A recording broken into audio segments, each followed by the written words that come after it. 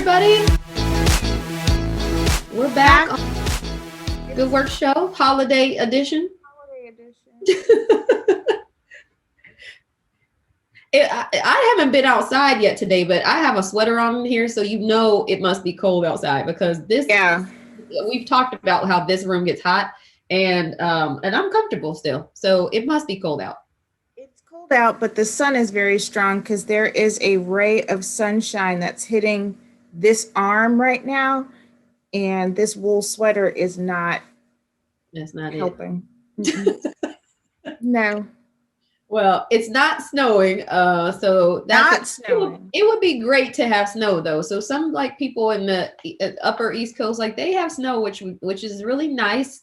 And I mean, it's nice when you don't have the snow. And I don't have anywhere to go, so there's that. Outside of me going to vote real quick in the next few hours, like I have nowhere else to go. So I feel like being snowed in, this is the time.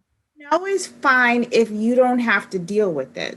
That's true. If you don't have to shovel it, if you don't have to scrape it off the car, if you don't have to drive in it, if it's just a matter of sitting in the house with Coco looking at the snow like you're in a Hallmark movie. Yeah. That's fine. But the moment you have something that you have to do or be responsible for, snow is... Well, it's COVID time, so you shouldn't have to be responsible for going anywhere. But you can't just let snow sit either. Like you have to shovel it because then it'll freeze. That's the problem. Yeah. Like if it's cold enough, and it was cold in the Northeast this year, because I made that mistake once when I first moved to DC, obviously I didn't know anything about snow. I'm like, what is this white stuff falling from the sky? Like I don't.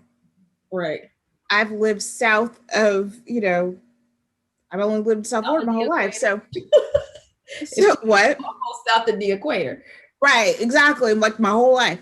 So someone told me, they were like, don't let the snow, like if it snows hard, don't let it sit on your car overnight because it'll just be a frozen block of ice by morning and you can't move it. So yeah, you have to do stuff. Yeah. Which stinks.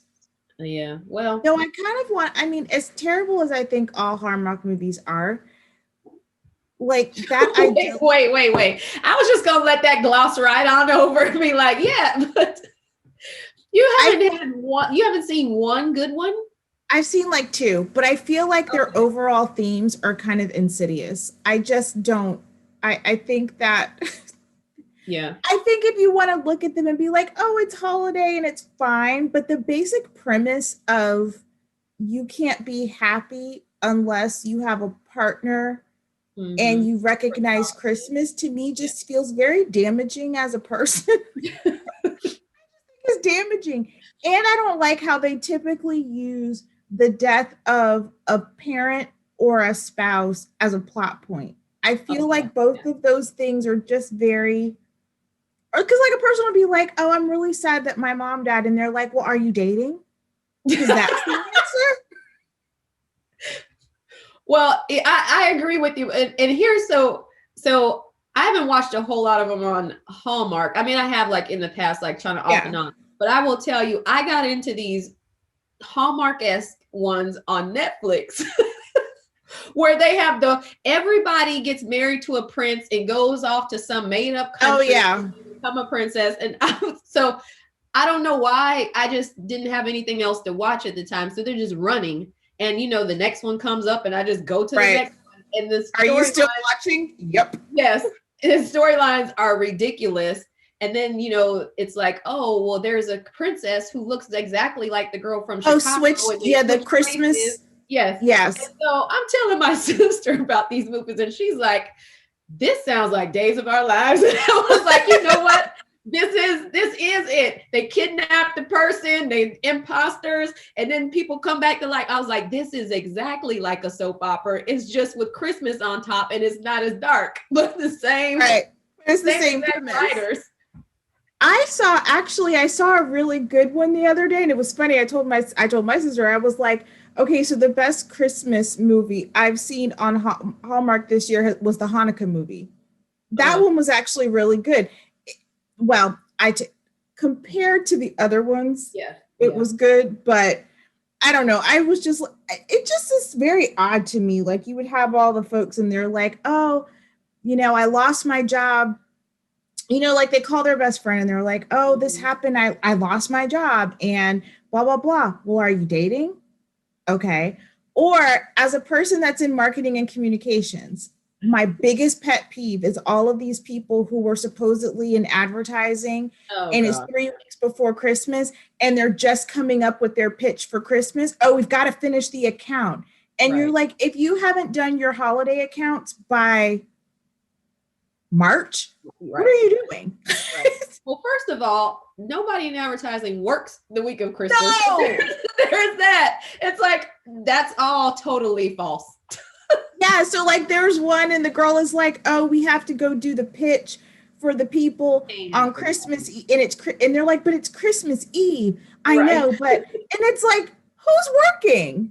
Like not even just in advertising, in general who is preparing a multi-million-dollar advertising pitch on Christmas Eve? Yeah. But we still watched it though. Did watch it. And that's so I say I hate watch them. We still watched it, even if we thought the plot line was ridiculous and crazy. Yes. I hate watch them. And then I text my friends, I'm like, this is so stupid. And they're like, well, stop watching it. I can't. Yeah. I'm telling you, somebody I used to work with in news, she used to call, because reality TV, same thing. She's like, it's crack TV. You know it's bad for you, but you're addicted to it. And there's nothing, and you can't say anything about it. It's just like crack. Yeah. And I feel part of my anger is, and somebody else said it too on social media recently, they're like, they take the Golden Girls off of Hallmark from October through January to put these movies on. And I'm like, I only get my Golden Girls fix one day a week. And this is not. Well, they do that to I Love Lucy too. So I feel your pain. And I Love Lucy comes on at like 6:00 in the morning, which I don't understand. They don't need to bump. Nobody is up watching Christmas movies. Put I Love Lucy back on in the morning. But apparently they are. Because like the Golden Girls used to come on at like 11:00 at night. And I'm like, come on, at some point, don't we just need a break from the movie? And then we can watch 2 episodes of Golden Girls and come back to it. But no. Yeah. Anyway. So I think that could be a part of just my overall negative gloss about Hallmark movies. But yes, you're right. I watch them every year. Yeah. And everybody watches at least one. And you think it's stupid still, and you still watch it. And then you don't realize, because the way that they just roll, that at some point you look up and you're like, oh, I've watched 5. Like exactly. Right. And I had to figure out, because there was one of them that had 3, like it was like 3 in the series. I'm like, now I need to know why she's having the baby with the prince and what happens the next. Like, join us tomorrow for another. And he's like, you can't have your baby. I mean, it's just ridiculous after ridiculous. But that does sound like Young and the Restless. But anyway, that's what we're not here for today. Thankfully. No, we're actually here for a really, really great interview with 2 ladies who are going to come on. So we are going to hear about the Alma G Davis Foundation and the work that they are doing to support and to help out victims of domestic violence. This time of year is particularly high for incidents of domestic violence, but then you add on a pandemic and people being at home and shelter in place, and people losing jobs and finances not being in order, and it just creates a lot of havoc. But more so the situation for those victims who are in the situation now. So we're going to talk and learn about the organization and learn about the work that they're doing. And then they have a partner, a financial partner who is coming on board. And so Jamise Buford from Country Financial has been partnering with the Alma G Davis Foundation for a few years. And we're going to find out how the 2 of them have been working together, particularly in the space to help victims with financial wellness and getting out of those situations that are holding them back from escaping domestic violence when it comes to financial support. So, so 2 great guests. Excited to have both of them on the show today, and also how you can find out how you can support their work. So stay tuned for that information.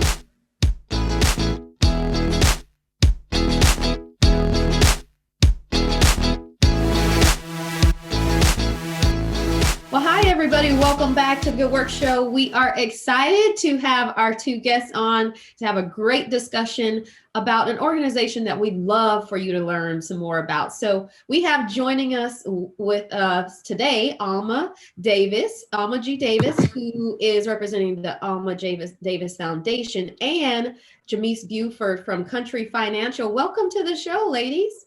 Thank you. Thank you so much for having us. Absolutely. So first off, Alma, tell us about your organization, how you started it, what your mission is, and a little bit about the work that you do. Okay. The Alma G. Davis Foundation, we have been in existence now for 15 years. We got started in 2005, and our whole mission is to educate, empower, and celebrate survivors of domestic violence and help them achieve economic and self-sufficiency. So we say we are to domestic violence as Susan G. Komen is to breast cancer.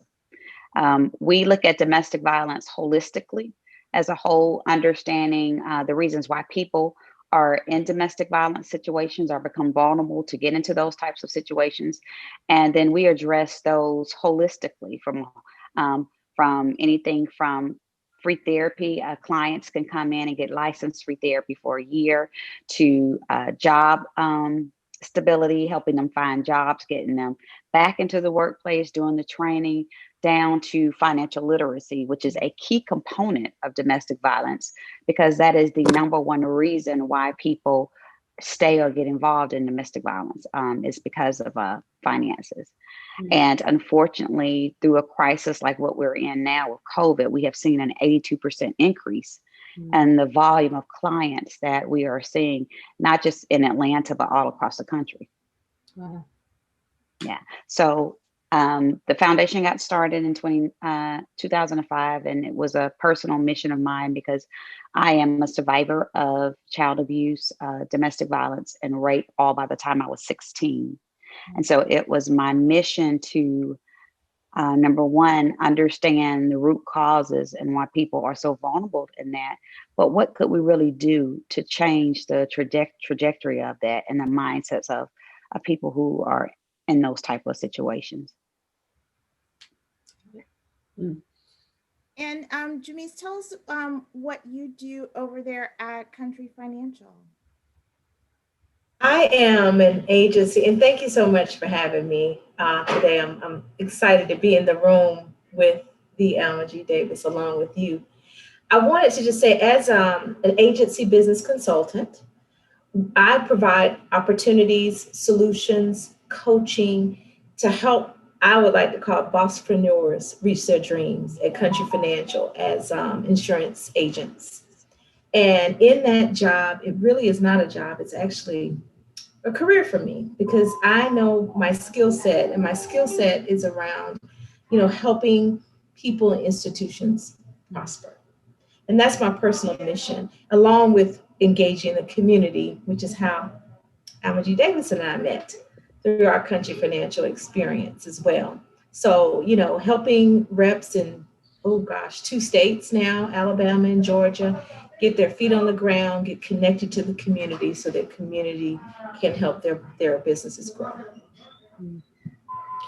So I think it's interesting, and I don't want to gloss over the fact that you mentioned 84% increase right now. 82. And I mean, that's just sort of like unbelievable, really. I mean, I think when we break it down and we think about the aspects of domestic violence and what happens, I guess we can all sort of go there, but give us a sense of people who really don't know what goes on and haven't really thought about it, because we're still in a pandemic. We've got so many other things around us, and it probably hasn't resonated to think, wow, in particular now, why it's so tough for those individuals who are victims right now.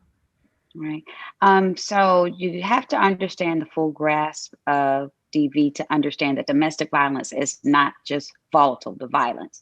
There are so many precursors to that are included in domestic violence. You have verbal abuse, you have sexual abuse, you have religious abuse, you have mental abuse, even financial abuse. So all those things go into domestic violence before the actual physical that everybody sort of recognizes once it gets to that point. Statistically wise, there's so many things that are tied into domestic violence. So 85% of child abuse cases come from domestic violence households.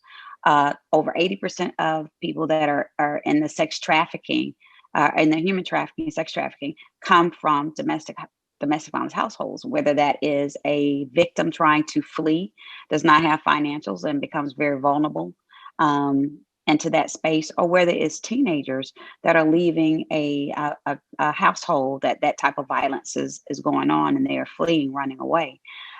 We see that domestic violence is the number one issue in the LGBTQ community. It's the number one issue on college campuses. It is the number one issue in elderly abuse. So it just goes on even when we think about those populations, like the AIDS populations, and even the number one issue in the military and the hearing impaired, blind and deaf community, because unfortunately those survivors don't have a voice, and so people need number one to truly understand what is domestic violence, and number two to think about all those different volatile and vulnerable populations that are affected. So during COVID, you had those numbers already, but during COVID, when you start to add on the stressors of people losing jobs, there are no finances coming in. You see that people were subjugated to be in the house for these isolated periods of time where they may or may not, like even a couple, have been used to being that long in the house with somebody. You go to work, you come home at night, you may spend 3 to 4 or 5 hours, but not a continuous basis where you're with somebody every day. And so when you add those type of stressors on top of that, and then we're in an unknown, it just brings, people don't know how to have, to deal with that type of stress, if I can say that. And also so many people don't actually have the basis of a healthy relationship. So even for us, when we're attacking domestic violence as a whole, we teach healthy relationship classes to people so they can have a foundation, not just in a, love type of relationships, but a healthy relationships altogether, well-rounded. That's some great information, and hopefully folks are listening and hearing what you're saying so that we can all kind of better understand the work that you're doing. And I want to make sure that we talk about the work that you guys are doing together, because you've mentioned the idea of financial abuse and financial dependence a couple of times. That on one hand, financial abuse is a type of abuse, but then also being financially dependent is a reason why people have difficulty leaving abusive situations. So, the finances kind of go hand in hand. So talk to us a little bit about that, and then the project and program that you guys are working on together. So with financials being that number one reason, we looked at what can we do as a foundation to help strengthen that. And once someone has gone through domestic violence, they flee their situation and they may reside in a shelter or independently, how can we help them get back on task? And so we looked at, first of all, helping people understand the value of money, budgeting, so that they are living comfortably in a means where they don't have to be subjected to another person's abuse because of financial needs.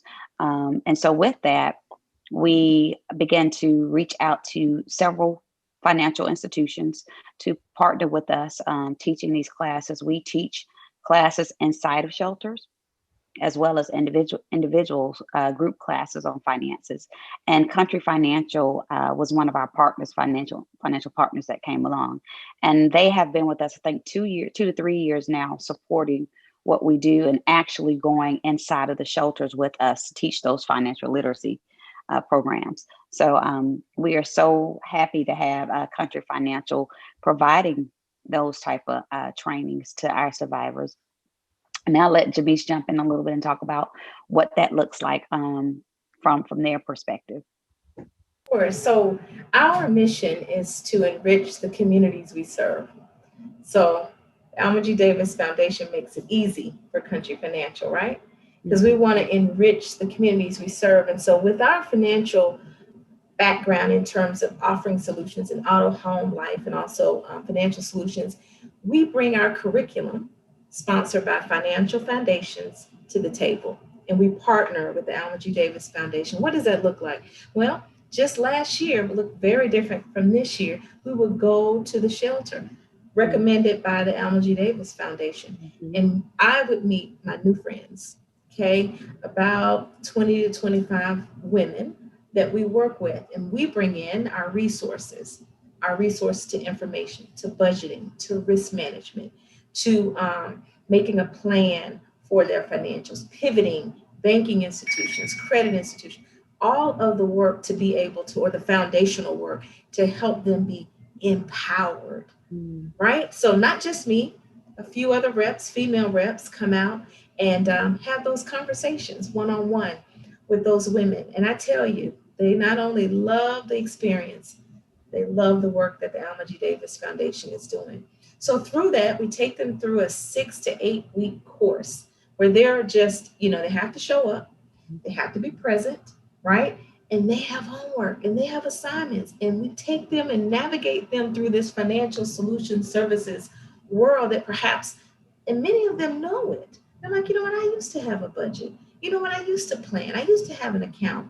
But we give them the tools and necessary resources to get them back on the ground in terms of confidence, budgeting, all the things that all the core curriculum that Alma G. Davis mentioned. And then at the end, this is one of the, I think it tops it off. Once we take them through that course, my favorite one is budgeting. This time I did risk management.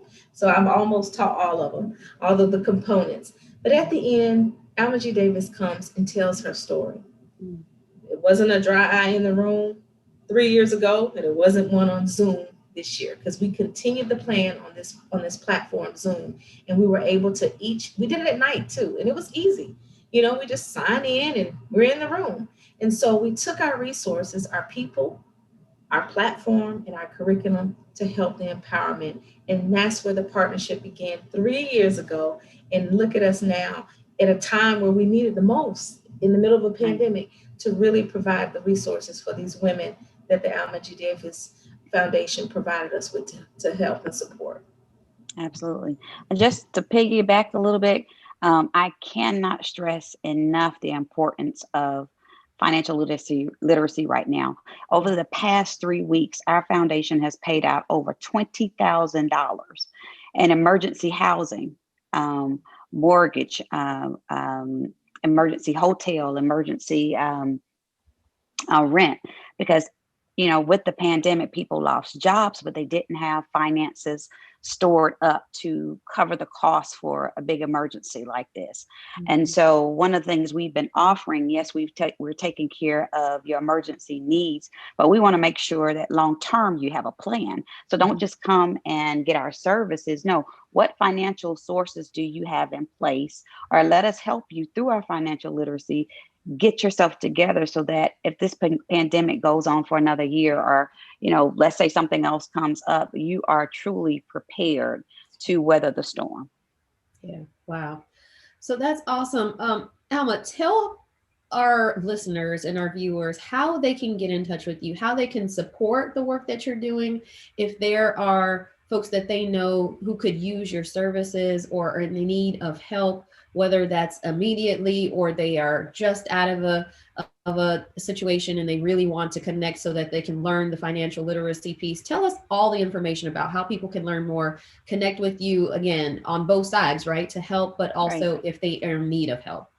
Absolutely. So we are a nationwide organization, and our website is www.almagdavisfoundation.com.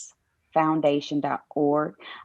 Immediately right there, all the resources are there. If you are someone listening that has been COVID impacted and need our help, it's on the front. There's a direct link to get our services. Volunteers can sign up to be a part on our website, as well as you can directly call our office at 678-957-9464. And again, the number is 678-957-9464. We are on every social media platform under Alma G. Davis FDN. So we are readily available to help anyone in need. And we desperately welcome those who are able to either volunteer their time right now remotely or even donate. All the services that we provide to thousands of victims a year are free. And so we want to continue doing that. And we can't do that without the help of companies and individuals making donations to the foundation. Fantastic. Well, the listeners, you have heard and you have seen how you can get involved and support. I mean, any increase at all in domestic violence is terrible, but we're talking upwards of 80%, which is just astonishing. And so we definitely need to do all we can to support those folks who really need this help in this difficult time, but also to turn the tide on that. We appreciate folks like Jamise and Country Financial stepping up to really to lend their support, and also in their area of expertise. I love the fact that you are taking something that you do every single day, and that sort of aligns with the mission of your organization and matching it up with the work that Alma and her team are doing. So fantastic. We appreciate you both for being on the show today and giving us your time. Thank you so much. Thank you. Thank you.